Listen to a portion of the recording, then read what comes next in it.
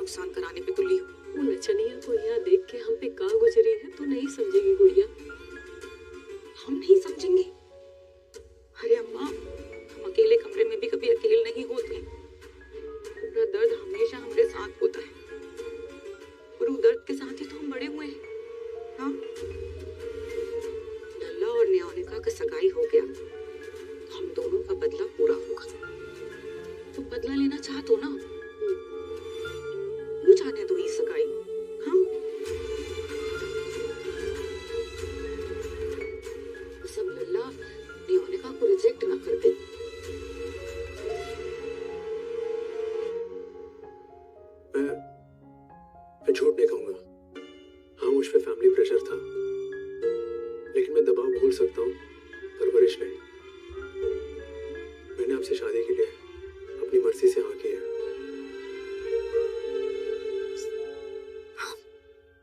बहुत किस्मत वाले हैं अगस्त्य।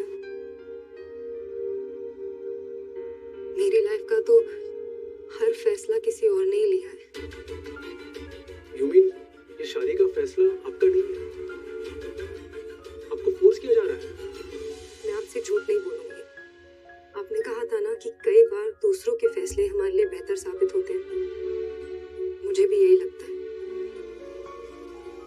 इसलिए जब मुझे आपसे शादी करने के लिए कहा गया, मैंने हाँ कर दी।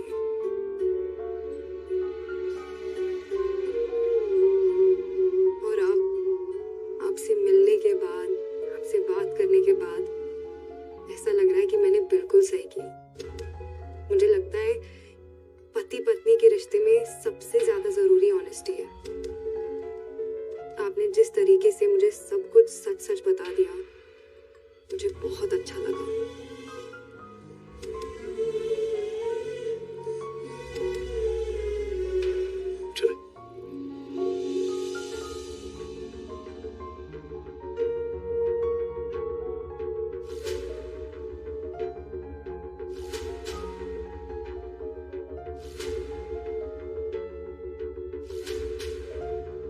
हुई तो हाँ गट्टू,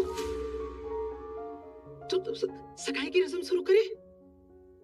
हाँ दादी।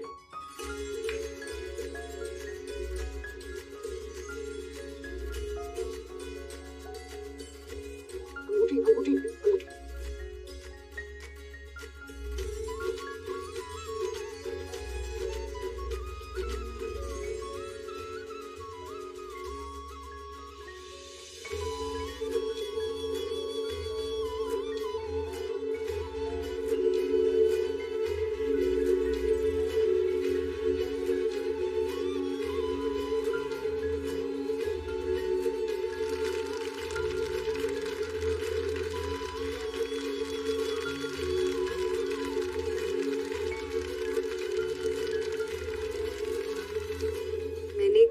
देखा था, हीरोइन हीरो से बोलती है कि सगाई की अंगूठी इसी उंगली में पहनाते हैं क्योंकि इस उंगली की नस सीधा दिल तक जाती है और दो दिलों को जोड़ती है। मैं फिल्में नहीं देखता, पर इतना जानता हूँ कि जिस रिश्ते में झूठ और धोखा ना हो, अपने आप मजबूत हो जाता है।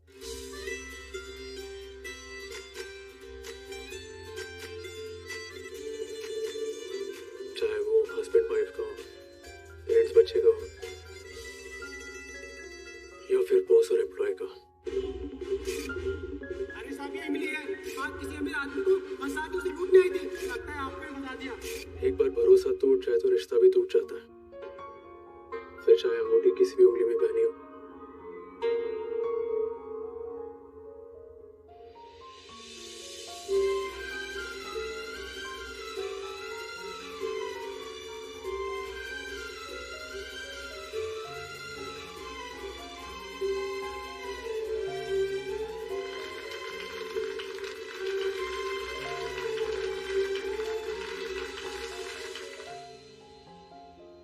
बधाई हो माँ, अब लल्ला की लगाम हमारे हाथ में आ गई। अब देखो इसको हम कैसे कैसे नचाते हैं।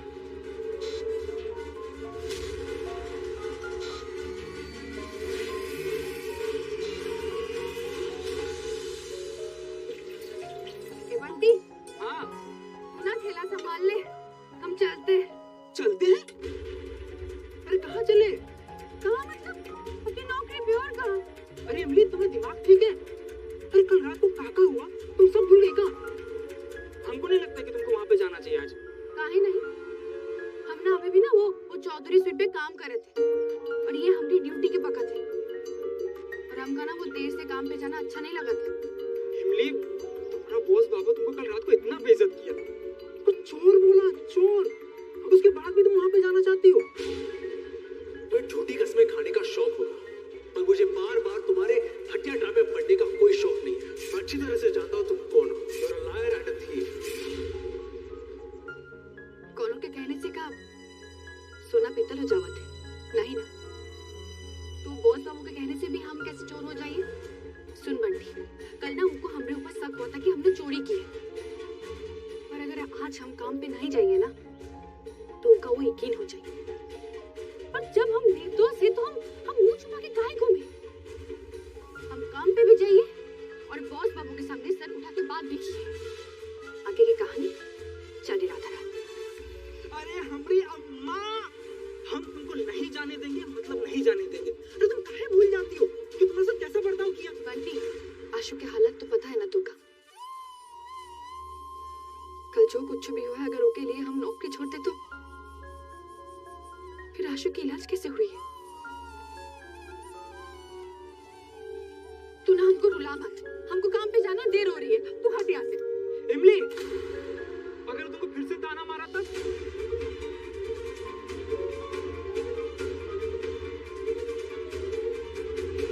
अरे हम तो अपने आशु जी के लिए सीने पे गोली भी खा ली, तो ये दो चार तानों का काम है। सुन बंटी, हम ना छुटपन से ही मामी की जली कटी सुन के बड़ी हुई, इतनी भी कच्ची नहीं है कि वो अखरोट की छिलके की अंग्रेजी से हम डर जाए, समझे? और रोक मत हमको, जाना है।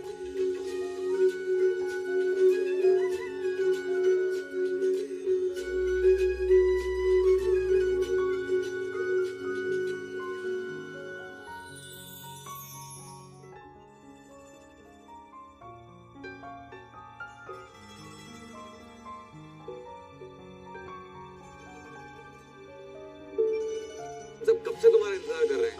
इमली, इन्वेस्टर्स आ गए हैं। कौन? अरे वही मेहमान जिन्हें तुमने पहले खाना खिलाया था। आज उन्हें नया मेन्यू टेस्ट करवाना है। अगर उन्हें पसंद आया तो ही वो हमारे बिजनेस में और पैसा इन्वेस्ट करेंगे। अगर सर ने बताया नहीं तुम्हें? वो भी अभी तक नहीं आए। हमरे लिए वो काम जरूरी है और काम के लिए वो मेहमान। आप चिंता मत करो मैनेजर साहब, हम सब संभाल लेंगे।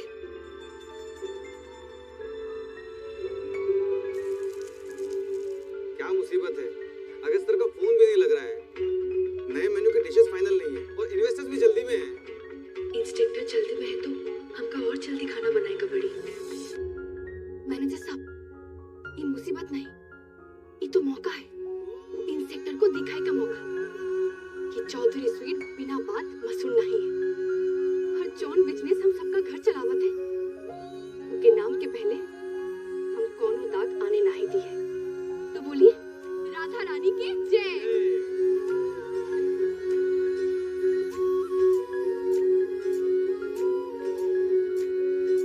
बिटिया हमरे गांव की सपनों के बीज बोए,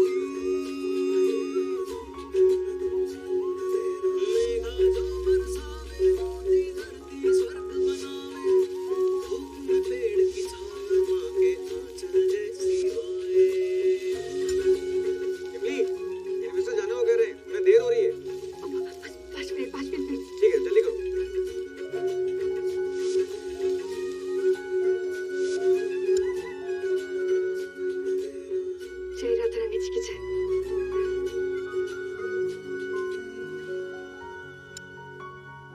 सब खाना तैयार है।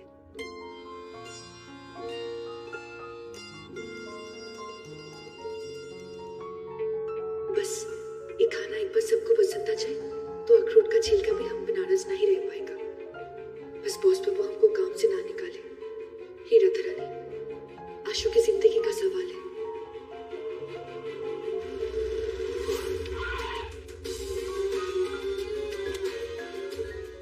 Sorry Ramesh, you know I am never late. कल रात ठीक से सो नहीं पाया। वैसे इन्वेस्टर्स आए। जी सर, पर आप बिल्कुल चिंता मत कीजिए, शेफ अमीर ने सब संभाल लिया है।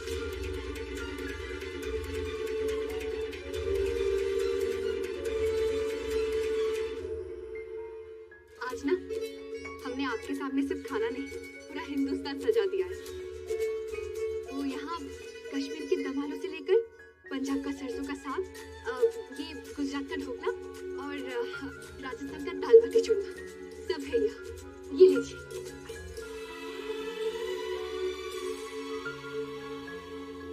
Mister Agarwal, please excuse me, आप ये खाना नहीं खाएंगे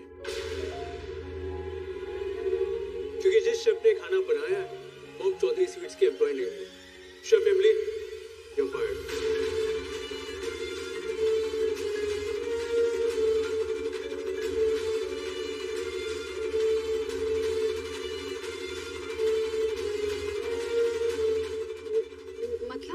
मतलब I am laying you off. I am terminating your contract. मैं तुम्हें नौकरी से निकाल रहा हूँ।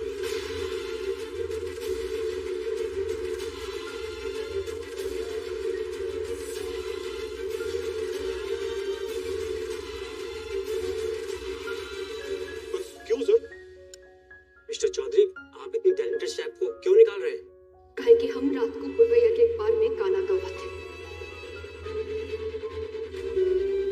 किस्मत ने तुमने हथेली में एक बड़ा कारोबार, एक बड़ा घर और बड़ी तिजोरी दी है,